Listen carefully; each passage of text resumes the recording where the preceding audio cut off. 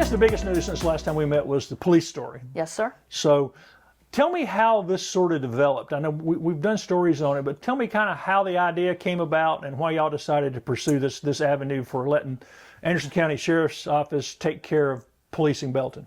Okay. Well, thank you for not using the word takeover, because that has, been a word that's been used and it's totally misrepresenting what's going on. But probably started talking about 10 months ago, and it's just a constant battle keeping a police department staffed in a small town. And, all the neighboring towns across the state have the same problem. So, and typically we lose our officers to the county, and then the county supplies us officers until we hire full staff. Well, it just started thinking, well, what if we just take the barrier out of that and just join forces?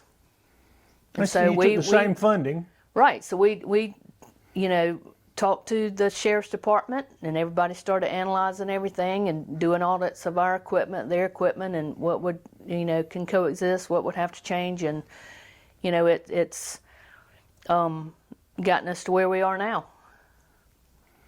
And it's not, I think some people still don't understand, these are not drive-by patrols. These are going to be full-time Belton committed Correct. Deputies. I mean, right. This is the staffing will be identical to what we already have. 2 officers on duty at all times patrolling the city limits of Belton.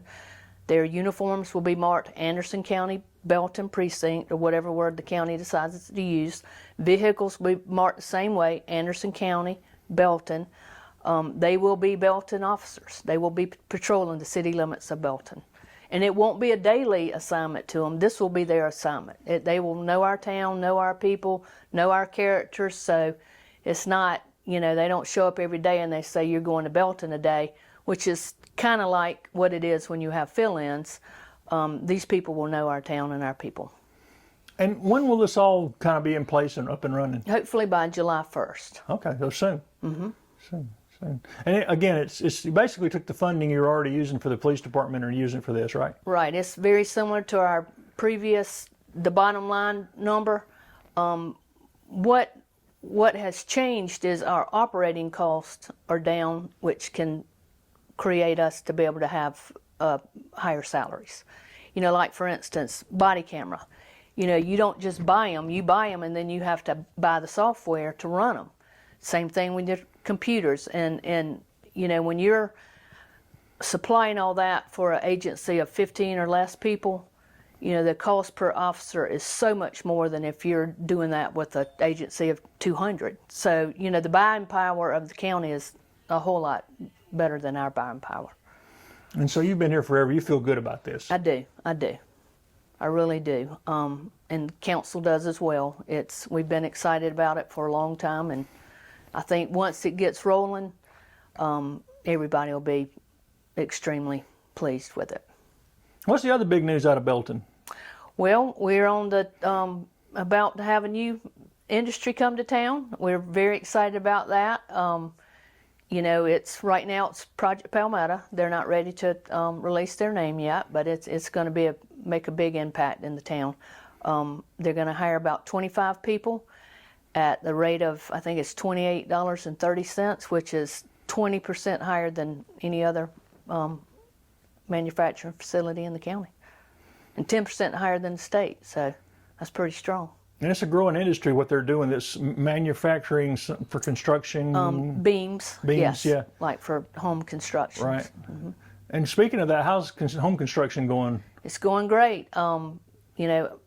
Today we have 10 houses under construction right now. So, and others calling, asking about property. So that's just seems to be never ending. And as soon as they're built, they're sold. Any other new businesses or potential people looking at Belton? As a matter of fact, we've had a couple in the last couple of weeks, very early in the stages, just looking at some stuff and asking some questions. But if they were to come to fruition, it would be, an impact like the Project Palmetto. So I'm got my fingers crossed. But like I said, it's very, very early. But there's some ideas out there that it's very exciting. And y'all, I know you've got, let's talk about events. I know you've got Standpipe Sounds going right now. Yes, sir. We had one last night. Had a great crowd. It was a really good band. We were excited about that. We'll soon be starting our downtown movie night. You know, we had to buy new equipment, and a couple of the pieces were very delayed coming in, but our event coordinator should have that up and running soon. So that's been fun. You know, our weather was perfect last night. It's been real nice. Do you have a July 4th celebration? No, we don't particularly do, haven't been doing anything for July 4th. We'll crank back up on the Downtown Sounds in August and then September, and then that'll roll into the Standpipe Festival. How's the rec program going with the rec center and all? It's going well. They've got flag football going this summer, which has been a really big hit the last couple of summers. So that's their activity right now is that. But the rec center's doing well. And I'm going to frame this just so we can push it off and have a clip. But all right, the Belton Anderson Trail. I know y'all is still in the works, and you were saying that maybe by fall y'all have something up. But that is, y'all are still working on the trail between Belton and Anderson, right? Yes, sir. Yes, sir. The committee working on it, you know, of course they have other jobs in their life, so everybody's kind of been pulled in different directions. We'll probably circle back together in the next 2 to 3 weeks and get back going on that, but it's definitely still being talked about, worked on, and I feel like Belton will have their little section that goes from the Abney Field to the city limits line. We'll probably be able to pull that off in the next year or so. I was going to say, by the end of the year, y'all should maybe have a plan in place. I would think so, yes. Everybody's real excited about it. It's definitely a goal of ours and the county's. So, yes, sir. Wait, and your trail here, the Bubblegum Trail, gets a lot of use, right? It does. It does. I'm still excited about that, you know. And just to refresh everybody, you know, that trail was built by the Belton Alliance. And really, the city of Belton has a teeny amount of money involved in that. You know, that was all volunteers raising money and doing that. It was a great gift. It was a gift to the city of Belton.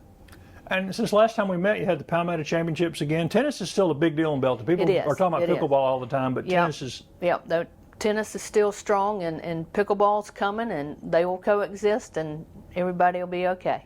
When do y'all hope to have pickleball courts in? Well, the grading has started now, and we got to get some red dirt, then the gravel, and then the actual tennis court construction company will come in and do it. So hopefully in, 6 weeks, maybe less.